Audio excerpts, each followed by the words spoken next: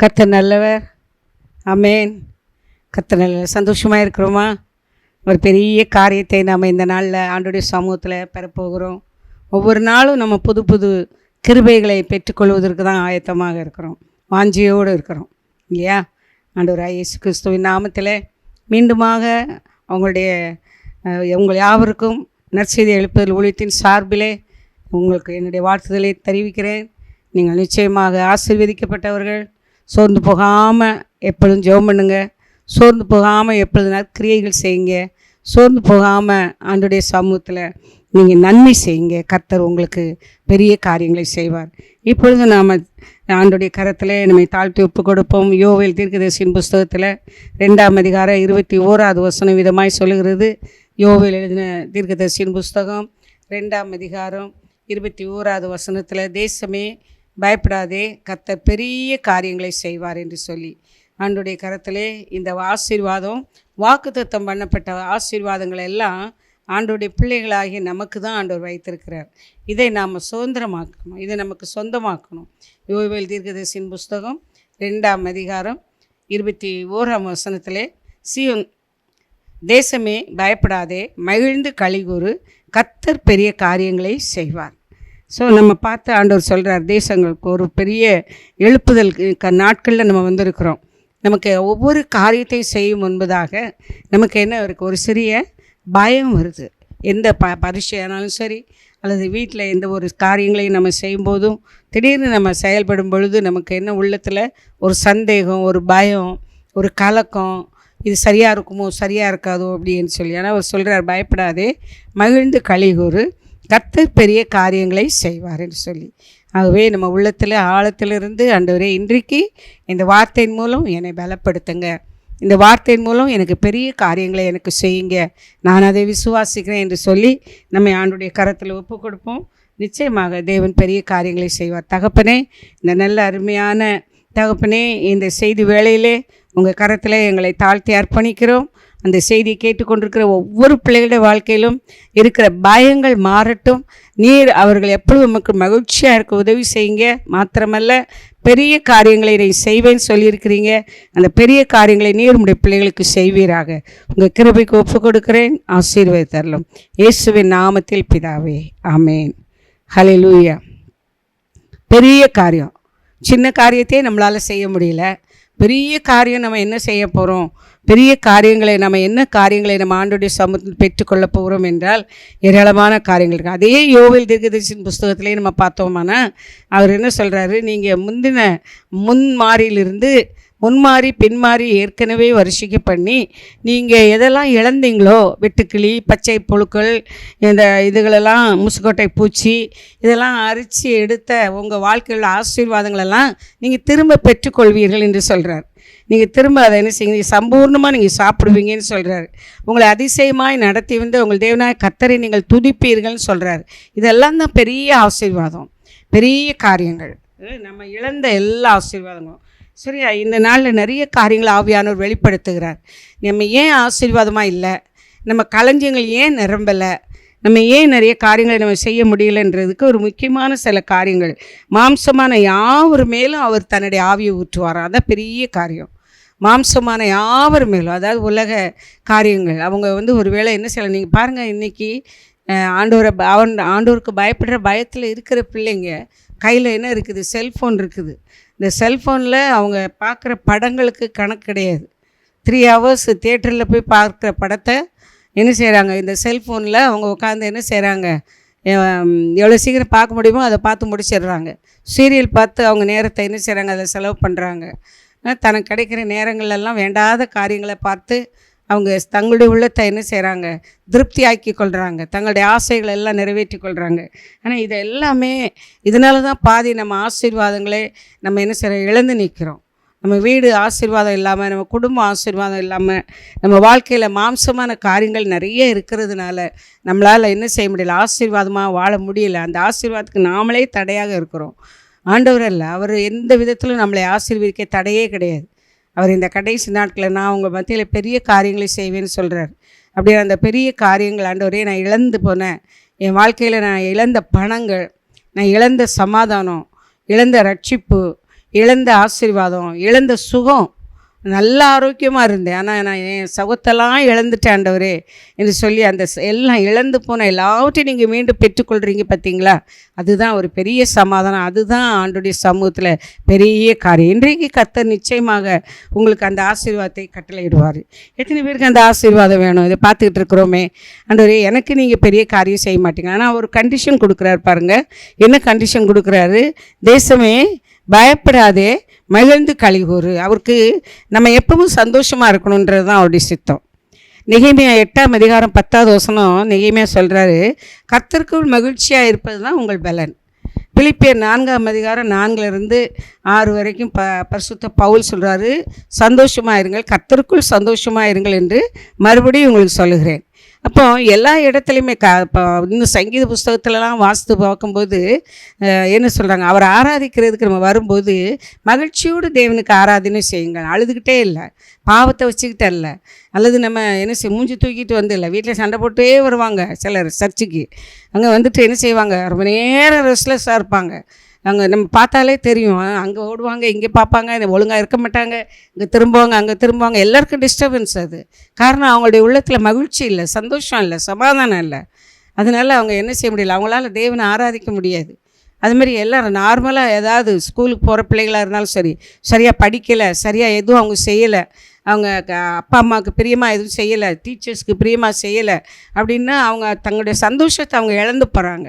அந்த சந்தோஷத்தை இழந்து போனோடனே ஒரு ஹோம் ஒர்க் செய்யலை, தங்கள் கடமையை ஒழுங்காக செய்யலை, தங்கள் வீட்டில் தங்கள் மனைவிக்கு செய்யக்கூடியது செய்யலை, தன் பெற்றோருக்கு செய்யக்கூடிய காரியங்களை செய்யலைன்னா ஆட்டோமேட்டிக்காக நம்ம உள்ளம் குறுகுறுக்க ஆரம்பிச்சிடும் ஏதோ ஒரு பகுதியில். ஆனால் அதுக்கு அவங்க என்ன செய்வாங்க, போராடுவாங்க.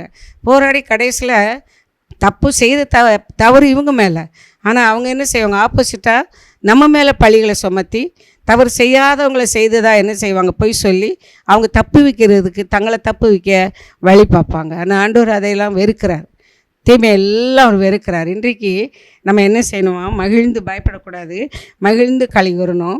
கர்த்தர் சமூகத்தில் நம்ம என்ன செய்யணுமா, அது மாத்திரம் இல்லை, இன்னும் நம்ம முக்கியமான ஒரு காரியம், எரேமியா தீர்க்கதரிசியின் புஸ்தகத்தை திருப்பிக் கொள்ளலாம். நீங்கள் ஒருவேளை நீங்கள் வேதம் தெரியாதவர்களாக இருக்கலாம், வேதத்தை உங்களுக்கு தெரியாமல் அதிகமாக நீங்கள் படிக்காதவர்களாக கூட இருக்கலாம். ஆண்டவருடைய பார்வையில் நீங்கள் விசுவாசம் உள்ளவர்களாக இருந்த, ஆண்டவரே இயேசுவாகிய உம்மை நான் விசுவாசிக்கிறேன், என் வாழ்க்கையில் எனக்கு ஒரு பெரிய அற்புதத்தை செய்யுங்க, நான் உம்மை விசுவாசிக்கிறேன் என்று சொல்லும் பொழுது அவர் நமக்கு உதவி செய்வாராம். ஏசாயா எரேமியா 33ஆம் அதிகாரத்தில் இங்கே விதமாக சொல்லப்படும் 3ஆம் வசனம் சொல்லு, என்னை நோக்கி கூப்பிடு, அப்பொழுது நான் உனக்கு உத்தரவு கொடுத்து நீ அறியாததும் உனக்கு எட்டாததுமான பெரிய காரியங்களை உனக்கு அறிவிப்பேன்றாரு. ஸோ அப்போ என்ன செய்யணுமா, நம்ம அவரை நோக்கி நம்ம பயப்படக்கூடாது, எப்போ மகிழ்ச்சியாக இருக்கணும். அதே நேரத்தில் அவர் என்ன சொல்கிறாரு, அவரை நோக்கி நம்ம கூப்பிடணுமா, கூப்பிடுகிறவர்களுக்கு தான் அவர் பதில் கொடுப்பாராம். நிறைய வசனங்கள் அந்த கூப்பிடுறதை குறித்து வேதத்தில் இருக்குது. கூப்பிடுற பிள்ளைங்க எல்லாருக்கும் அவர் பதில் கொடுப்பார். இயேசுவே எனக்கு காப்பாற்றும், இயேசுவே எனக்கு உதவி செய்யும், இயேசுவே எங்கள் அப்பாவை ரட்சியும், இயேசுவே எங்கள் அம்மாவுக்கு நல்ல சுகம் கொடும், இயேசுவே எங்கள் குடும்பத்தில் உள்ள பிரச்சனைகளை மாற்றி கொடும், பெரிய காரியங்களை செய்யும். இந்த இயேசு என்கிற நாமத்தில் அவ்வளோ ஒரு வல்லமை இருக்குது, இந்த இயேசு என்கிற நாமத்தில் அவ்வளோ ஒரு விடுதலை இருக்குது. இப்போ இன்றைக்கு நம்ம என்ன செய்யணுமா, அவரை நோக்கி கூப்பிடும் பொழுது அவர் உண்மையை அழகாக சொல்கிறார். சங்கீதம் 145 நம்ம பார்க்கும் பொழுது, சங்கீதம் 145 இன்னும் ஆழமான நல்ல வசனங்களை தேவன் நமக்கு கொடுத்துருக்கிறார். சங்கீதம் 145 18வது வசனம் சொல்கிறது, தம்மை நோக்கி கூப்பிடுகிற யாவருக்கும், உண்மையாய் தம்மை நோக்கி கூப்பிடுகிற யாவருக்கும் அவர் சமீபமாக இருக்கிறார். நம்ம பக்கத்துலேயே இருப்பாராம். நம்ம அவரை நோக்கி கூப்பிடுறோம், ஏசப்பா எனக்கு உதவி செய்யுங்கன்னு சொல்கிறோம். அது மட்டும் இல்லை, உண்மையாக கூப்பிடும்போது நீங்கள் வேணால் பாருங்கள், சில நேரம் கண்ணை மூடிட்டு எதையோ சொல்லுவோம், ஆனால் சில நேரம் உண்மையாக நம்ம அவரை நோக்கி கூப்பிடும், நம்ம கண்ணிலேருந்து கண்ணீர் வடியும். நீங்கள் உதவி செய்யலைன்னா யாருமே செய்ய மாட்டாங்க, எனக்கு நீங்கள் உதவி செய்யுங்கன்னு சொல்லி கேட்கும்போது அவர் என்ன செய்கிறார், நம்ம பக்கத்தில் சமீபமாக இருந்து நமக்கு உதவி செய்கிறார். அப்படி தான் அன்னாள் என்ற அருமையான தாயார், குழந்தை இல்லை, அவருடைய சக்களத்துக்கு 10 குழந்தை இருந்தது. இந்த அம்மா என்ன செய்வாங்க, ஆனால் ஆலயத்துக்கு போகிறத விடவே இல்லை, ஆலயத்தில் போய் ஜெபிக்கிறது அவங்க விடலை. அவங்க என்ன செய்தாங்க, இந்த நிந்தை அவர் அந்த அம்மாவை பார்த்து பரிகசிக்கிறா, ரொம்ப மனம் அடிவாக்குறா. அந்த அம்மாவுக்கு ரொம்ப கஷ்டம். புருஷங்காரன் சொல்கிறான், நான் உனக்கு இருக்கிறம்மா, நீ ஏமா அழுகிறன்னு சொல்லி பார்க்குறாரு, கேட்கல. ஆனால் முடிவில் அவள் என்ன செய்கிறா, அவனுடைய சமூகத்தில் போய் அவள் ஆலயத்துக்கு ஒழுங்காக போனாள், ஆண்டவரை நோக்கி கூப்பிட ஆரம்பித்தாள். ஆலயத்தில் போய் அவள் வாயை திறந்து அவள் சத்தம் வரல, ஆனால் உதடுனால அவள் தேவனோடு கூட பேச ஆரம்பித்தாள். அங்கே அவளுக்கு கிடைச்சது. தேவன் அற்புதம் செய்தார், பெரிய காரியம் செய்தார். அவள் ஒரு பொருத்தனை செய்து ஜெபம் பண்ணுறா. என்ன பொருத்தனை? நீர் எனக்கு ஒரு ஆண் குழந்தையை கொடுத்தா அந்த குழந்தையை கொண்டு வந்து நான் உம்முடைய சமூகத்தில் நான் உம்முடைய ஊழியத்துக்கு நான் கொடுக்குறேன்னு சொல்லி. ஆனால் தேவன் அதே அந்த நினைத்து அதை கனப்படுத்தி அந்த மகளை ஆசீர்வதித்து அதை என்ன செய்தார்? விசேஷமாக அது பிற்பாடு 5 ஆண் குழந்தைகளை கொடுத்தார், 5 பிள்ளைகளை கொடுத்தார். ஆகவே இந்த நாளில் அந்த அருமையான மகளைப் போல மாத்திரமல்ல, நம்ம வாழ்க்கையில் யாரெல்லாம் உண்மையாக அவரை நோக்கி கூப்பிடுகிறோமோ அவங்க எல்லாருக்கும் அவர் பெரிய காரியங்களை செய்வார். தம்மை நோக்கி என்ன பெரிய காரியம் இன்னும் நம்ம ஆழமாய் எரேமியா 33ஆம் அதிகாரம் 6வது வசனத்தில் அவர் என்ன செய்கிறாராம்?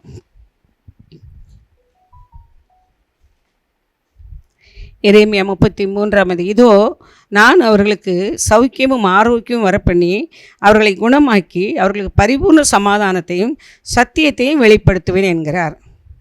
அப்போ என்னை நோக்கி கூப்பிடு, அப்பொழுது நான் உனக்கு உத்தரவு கொடுத்து நீ அறியாதும் உனக்கு எட்டாதுமான பெரிய காரியங்களை உனக்கு அறிவிப்பேன்னு சொல்கிறாரு. என்ன பெரிய காரியங்கள்? நான் அவர்களுக்கு நமக்கு சௌக்கியம் ஆரோக்கியம் வரப்பண்ணி நம்மை குணமாக்கி நமக்கு என்ன செய்வாராம்? பரிபூர்ண சமாதானத்தையும் சத்தியத்தையும் விளங்க பண்ணுவாராம். இந்த ஆசீர்வாதத்தை யாருமே கொடுக்க முடியாதுங்க.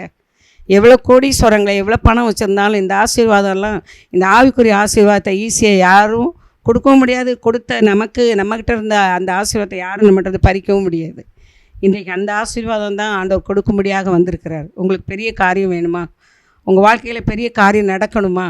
இன்றைக்கி நீங்கள் அவரை நோக்கி கூப்பிடுங்க, மகிழ்ந்துருங்க. உங்கள் வாழ்க்கையில் எப்போ மகிழ்ச்சியாக இருங்க, துக்கத்தோடு இருக்காதீங்க. எனக்கு ஒருவர் இருக்கிறார், அவர் தான் ஆண்டவராகிய இயேசு. அவர் இந்த உலகத்தில் வந்து எனக்காக எல்லாவற்றையும் சுமந்து எல்லா காரியத்திலும் அவர் எனக்கு வெற்றியை கொடுத்துருக்கு. நான் கவலைப்பட வேண்டிய அவசியமே இல்லை, நான் சுமக்க வேண்டிய அவசியமே இல்லை. அவர் முதலாவது எனக்கு ஒரு சௌக்கியத்தை கொடுக்குறார், 2வது ஆரோக்கியத்துக்கு சௌக்கியம், நம்முடைய சரீரத்தில் நல்ல ஒரு சுகம். காலையில் எழும்புனா தலைவலியோடு எழும்புறது. ஐயோ இன்றைக்கி ஒரு சகோதரனை இன்னைக்கு கடந்த நாளில் எங்களுக்கு தெரிஞ்ச ஒரு அருமையான மகன், அவங்க எழும்பும்போதே ஃபீவர், அவங்களுக்கு அதுக்கு முந்தின நாள் ராத்திரி ஃபீவர் இருந்திருக்கு, காலையில் ஃபீவர், அதோடு கூட அவங்களுக்கு திரும்ப இன்னும் இதெல்லாமோ சின்ன பிரச்சனை வந்து திரும்ப அட்மிட் பண்ணி நிறைய காரியங்கள். அப்படி நிறைய பேருடைய வாழ்க்கையில் காலையில் எழும்பும்போதே அவங்க சரீரத்தில் சோர்வோடு எழும்புவாங்க. சரியா சரீர பலவீனங்கள், முதுகெல்லாம் வலிக்கு, கைகாலெலாம் வலிக்குது. சில பிள்ளைங்க என்கிட்ட வந்து சொல்லுவாங்கம்மா, நான் நின்னே வேலை செய்கிறேன், என் கைகாலெலாம் வலிக்க தான் செய்யும். ஆனால் அவர் சொல்கிறார், நான் சௌக்கியத்தை தருவேன், எவ்வளோ வேலை செய்தாலும் சரி. எனக்கெல்லாம் ஆண்டவர் கிருபையில் 24 மணி நேரம் வேலை செய்தாலும் ஒரு 2 மணி நேரம் அல்ல 1 ஹவர் நான் கொஞ்சம் அப்படியே படுத்து கொஞ்சம் ரிலாக்ஸ் பண்ணி படுத்து எழும்பிட்டேன்னா போதும், ஒரு சின்ன குட்டி தூக்கம், அவ்வளோதான். ஆண்டவர் புது பேலன் கொடுப்பார். இன்றைக்கும் ஆண்டவர் 1:30 மணிக்கு 2:30 மணிக்கு என்னை எழுப்பி 5 மணி 7 மணி வரைக்கும் அப்படி வேதத்தை வாசிக்க ஜெபிக்க பலன் கொடுத்துருக்கிறார், அப்படி கிருபை. அதனால் நான் நல்ல ஆரோக்கியமாக இருக்கிறேன், அவனுடைய கிருபையினால் நல்ல ஆரோக்கியமாக இருக்கிறேன், நல்ல பலனாக இருக்கிறேன். எவ்வளோ வேலைகளை எவ்வளோ காரியங்களை செய்ய ஆண்டவர் எனக்கு கிருபை செய்திருக்கார். அவருக்கு கிருபை காரணம் என்ன தெரியுமா? அவருக்குள்ளே மகிழ்ச்சியாக இருக்க உதவி செய்திருக்கிறார், அவருடைய வசனத்தை அதிகமாக வாசிக்க உதவி செய்திருக்கிறார், அவருக்காக ஓட உதவி செய்திருக்கிறார், அவரை நோக்கி கூப்பிட உதவி செய்கிறார். 2:30 மணிக்கு ஒரு மணி நான் கேட்பேன், அப்பா 1:30 மணி தான் ஆகுது, இப்போவே என்னை எழுப்பியிருக்கீங்களே அப்படின்னு சொல்லுவார். உன் கையில் நான் எவ்வளோ பொறுப்பு கொடுத்துருக்கேன், அவ்வளவு செய்யணுமானா நீ கண்டிப்பாக என்னோடு கூட நீ என்ன செய்யணும், உறவாடணும்னு சொல்லி.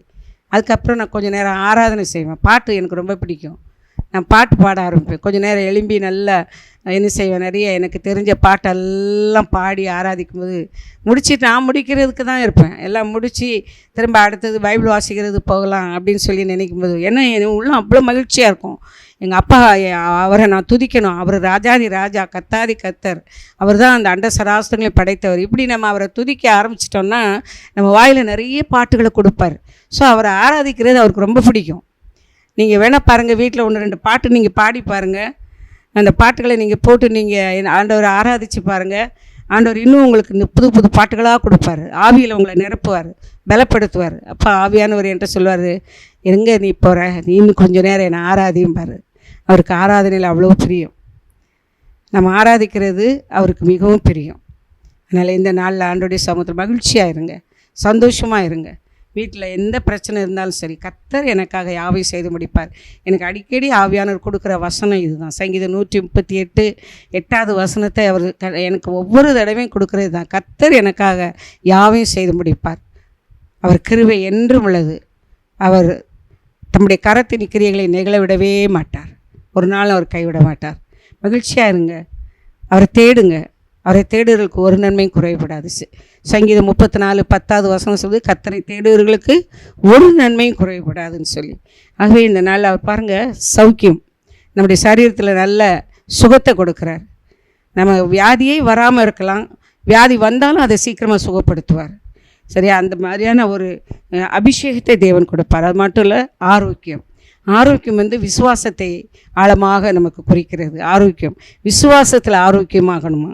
நம்ம நாளுக்கு நாள் விசுவாசத்தில் நம்ம என்ன செய்யணும்? இன்னும் நல்ல ஸ்ட்ராங்காக ஆகணும். ஒரு விசுவாசத்தில் நிலைத்திருக்கணும், விசுவாசத்தில் வளரணும். இன்னும் ஆண்டவர் எனக்கு அதுக்கேற்ற மாதிரி உங்களுடைய வாழ்க்கையில் நிறைய சோதனைகள் வரும்.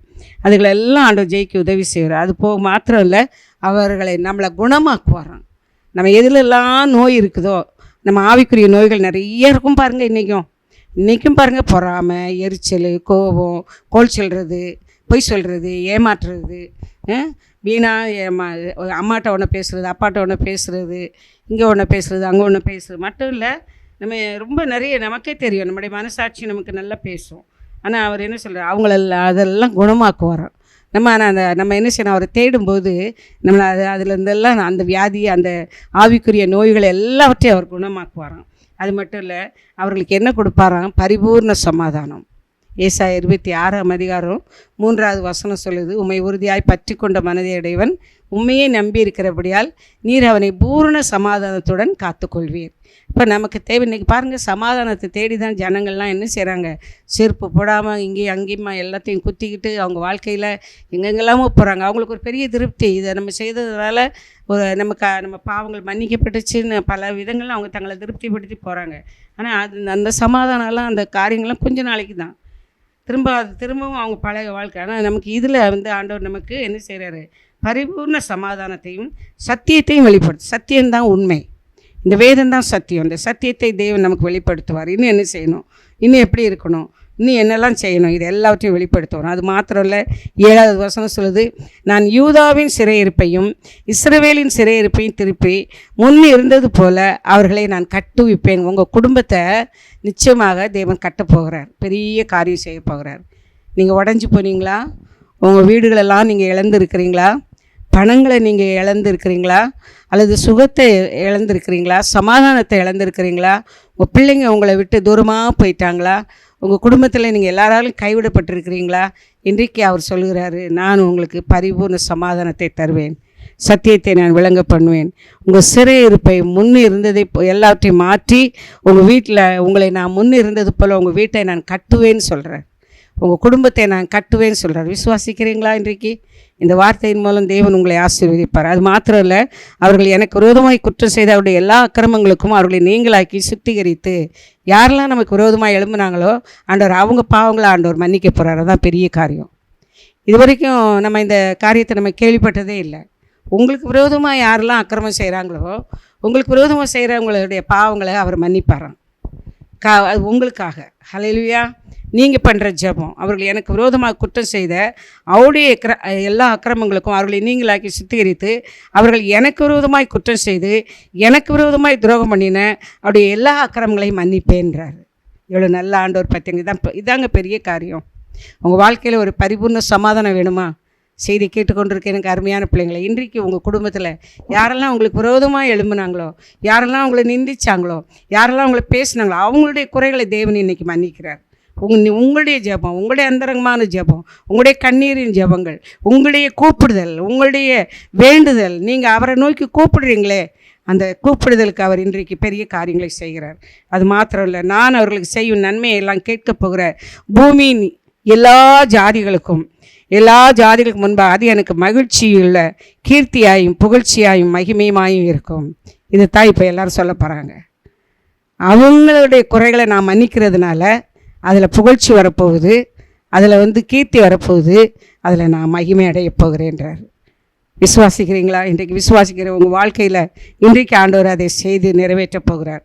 எல்லா நன்மை நிமித்தமும் நான் அவர்களுக்கு அருளி செய்யும் எல்லா நன்மை நிமித்தமும் எல்லா சமாதானத்தின் மீது இவர்கள் பயந்து நடுங்குவார்கள் என்று இஸ்ரவேலின் தேவனாய கர்த்தர் எல்லாம் நடுங்குவாங்க. உங்களை பார்த்து எல்லோரும் நடுங்குவாங்க. உங்களுடைய வாழ்க்கையை பார்த்து எல்லோரும் நடுங்குவாங்க. யாரெல்லாம் உங்களுக்கு விரோதமாக இருந்தார்களோ எல்லோரும் நடுங்குவார்கள். இன்றைக்கு ஆண்டோடைய கரத்தில் ஒப்பு கொடுப்போமா? ஆண்டவரே, அப்பா, எனக்கு நீங்கள் பெரிய காரியங்களை செய்வேன்னு சொல்லியிருக்கீங்களே, இன்றைக்கு நான் என்னை ஒப்பு கொடுக்குறேன். ஒரு ராஜா என்ன செய்தாராம்? தன்னுடைய பிறந்த நாள் வந்தது. தன்னுடைய தேசத்து மக்களுக்கு கிஃப்ட் கொடுக்கணும்னு சொல்லுவோம். எல்லாருக்கும் ஒரு தங்க நாணயம் கொடுக்கறதுக்காக ஒரு தீர்மானம் பண்ணாராம். பண்ணிவிட்டு மந்திரிமார்களெல்லாம் கூப்பிட்டு சொல்லியிருக்கிறார், என்னுடைய பர்த்டேக்கு நம்ம குடிமக்களுக்கு இதெல்லாம் செய்யணும்னு சொல்லியிருக்கிறேன்னு சொல்லி. அப்போ அவங்க சொன்னாங்களாம், நிறைய பேர் முதலாவது நம்மகிட்ட என்ன குறை இருக்குதோ அந்த குறைகளை நம்ம அவங்ககிட்ட கேட்டு அதை அவங்களுக்கு நம்ம சரி பண்ணுறதை அவங்க விரும்புகிறாங்கன்னு சொல்லி. அப்போ ஏன் வாழ்க்கையில் ஏன் தேசத்து மக்களுக்கு என்ன குறை இருக்குது அப்படின்னு சொல்லி இவர் கேட்டப்போ, சரின்னு இவர் என்ன தன் வேஷத்தை மாற்றினார். ராஜாவுடைய வேஷத்தை மாற்றி ஒரு சும்மா அந்த தகரடப்பா பழைய ஜாமான்கள் வாங்குகிற ஒரு வியாபாரியை போல் ஒரு நாள் என்ன செய்திருக்கிறார், ஒரு வண்டியை எடுத்துக்கிட்டு பழைய தகரடப்பா பேப்பரு வாங்குகிற மாதிரி அப்படி கத்திட்டு ஒரு வீடு வீடாக போய் எல்லா பேப்பர்களெல்லாம் கலெக்ட் பண்ணி அப்படியே இது பண்ண. அப்படி போகும்போது அந்த வீடுகளில் உள்ளவங்ககிட்டலாம் பேசுகிறாரு. பேசிட்டு எப்படி இருக்கு உங்கள் தேசம், உங்கள் ராஜா எப்படி இருக்கிறாரு அப்படின்னா எல்லாரும் ஒரு குறைகளை சொல்கிறாங்க. இவங்க அதை செய்யலை, இவங்க இதை செய்யலை, இவங்க இந்த காரியத்தை செய்யலை, இது செய்தால் நல்லாயிருக்கும், அது செய்தால் நல்லாயிருக்கும் அப்படின்னு சொல்லி எல்லாம் இது பண்ணாங்களாம். அப்போ இவர் எல்லாத்தையும் கேட்டுட்டு திரும்ப அடுத்த நாள் போயிட்டு, ஓகே இவங்க எல்லாருக்கும் ஒரு குறை இருக்குதுன்னு சொல்லிவிட்டு திரும்ப என்ன பண்ணாரா, ஒரு நாள் என்ன செய்தாராம், ஒரு பெரிய கல், பாறாங்கல், அந்த கல் ரோட்டில் ட்ராவல் பண்ணுற இடத்துல, காரெல்லாம் போகிற இடத்துல இந்த பெரிய கல் அதை கொண்டு போய் வச்சுட்டு அவர் என்ன செய்கிறார், ஒரு இடத்துல ஒளிஞ்சு நின்று பார்க்குறாராம், இந்த ஜனங்கள் நடந்து போகிற வழியில் என்ன செய்கிறாங்கன்னு பார்க்கலான்னு சொல்லி.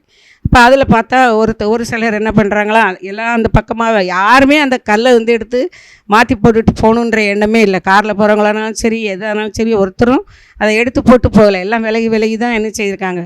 ஆனால் அவர் அந்த கல்லுக்கு கீழே ஒரு புதையல் வச்சுருந்தாராம். அந்த கல்லை புரட்டி எடுக்கிறவங்களுக்கு அதில் ஒரு புதையல் வச்சுருக்கிறாரு. ஆனால் இது யாருக்கும் தெரியாது. ஏன்னா கல்லை புரட்டினான்னு தெரியும், இவங்களுக்கு சோம்பேறிகள், ஏன்னா எதுவும் செய்ய மாட்டாங்க. நம்ம எதுக்கு இந்த கல்லை புரட்டணும்னு போயிட்டாங்க. கடைசியில் ஒரு பைக்கில் ஒருத்தர் வந்தார். அவர் தான் இறங்கி என்ன பண்ணியிருக்கிறாரு, அந்த கல்லை என்ன செய்திருக்கிறாரு, புரட்டி இருக்கிறாரு. புரட்டின உடனே அங்கே ஒரு பெரிய புதையில பார்த்த உடனே அவருக்கு பெரிய சந்தோஷம். புதையில எடுத்த உடனே ஊர் ஜனமெல்லாம் கூட்டிட்டாங்க. அது எங்கள் இடம், எங்கள் இடத்துல உள்ள புதையல், அது எங்களுக்குரிய சொந்தம், நீ எப்படி எடுக்கலாம், நீ எந்த ஊருக்காரணும்னு சொல்லி அவனை போட்டு என்ன செய்கிறாங்க, வளர்ச்சி வந்தோடனே இதை பார்த்துக்கிட்டு இருந்த ராஜா முன்னாடி வர்றாரு. அப்போ தான் அவர் சொல்கிறாரு, இத்தனை பேர் போனீங்க, யாருமே அந்த கல்லை என்ன செய்யலை, நீங்கள் எடுத்து போட்டு யாருக்கும் உதவியும் செய்யலை, நீங்களும் அதை திருப்பி போடல, நீங்கள் போனீங்க. இப்போ அவன் என்ன செய்திருக்கிறான், அதை எடுத்து போட்டான், அவனுக்கு தான் அது சொந்தம்.